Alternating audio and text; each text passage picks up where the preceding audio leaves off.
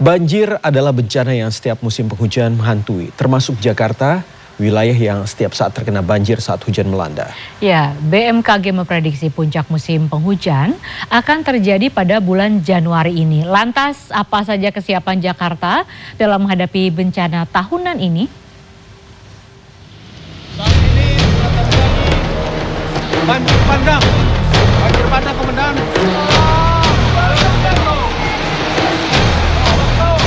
Jalan ini sudah digenangi banjir dengan ketinggian 30. Ya, potensi bencana masih mengincar wilayah di Indonesia berdasar perkiraan Badan Meteorologi dan Geofisika (BMKG).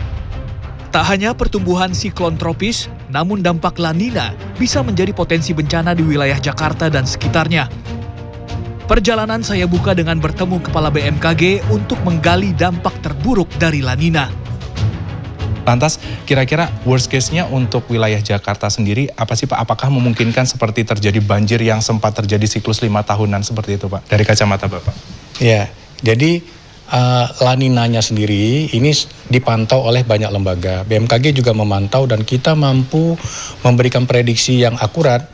Lantas timbul pertanyaan, bagaimana kesiapan Jakarta menghadapi La Nina? Maka perjalanan saya berlanjut menuju ke Waduk Pluit yang menjadi titik penampungan limpahan air banjir di wilayah Jakarta. Di titik ini nantinya, air-air itu akan dipompa menuju ke area laut. Dan saat ini yang tengah dilakukan oleh Dinas SDA adalah melakukan pengerukan, yang ini adalah tujuannya memperluas area Waduk Pluit.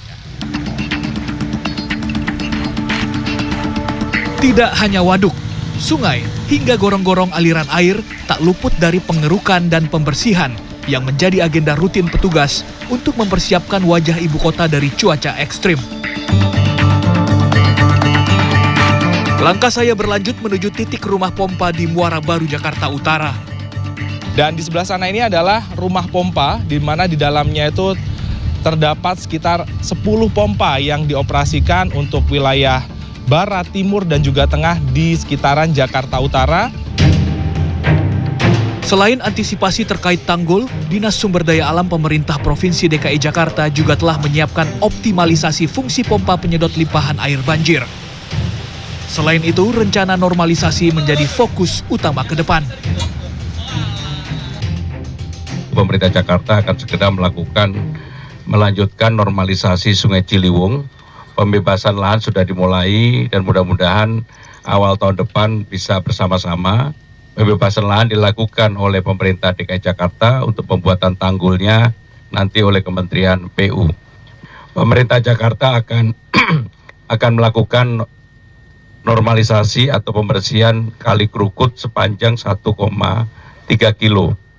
Kenapa ini kami lakukan? Kami tahu kalau tidak dilakukan maka daerah Kemang Village, Kemcik dan sebagainya pasti akan banjir terus-menerus dan banjirnya sudah sangat mengganggu. Perjalanan saya berlanjut menyusuri pemukiman warga di aliran Sungai Ciliwung, Keramat Jati, Jakarta Timur. Saya bertemu dengan salah seorang warga yang telah tinggal sejak tahun 1970-an dan menceritakan kondisi saat banjir datang di pemukimannya. Maksimal banjir yang pernah terjadi, yang paling ekstrim itu sampai berapa Pak? Kurang lebih 6 meter ketinggian air. 6 meter ketinggian air, gitu. Oke. Dan bukan sekedar air ya, tentunya ada material-material nih, lumpur. Kalau 6 meter biasanya lumpurnya itu kurang lebih bisa sepaha orang dewasa. Nah itu yang kadang-kadang kita sangat-sangat keteteran dan perlu juga kadang-kadang bantuan dari LSM atau apa gitu. Tapi alhamdulillah sih di sini warga sudah selalu sigap.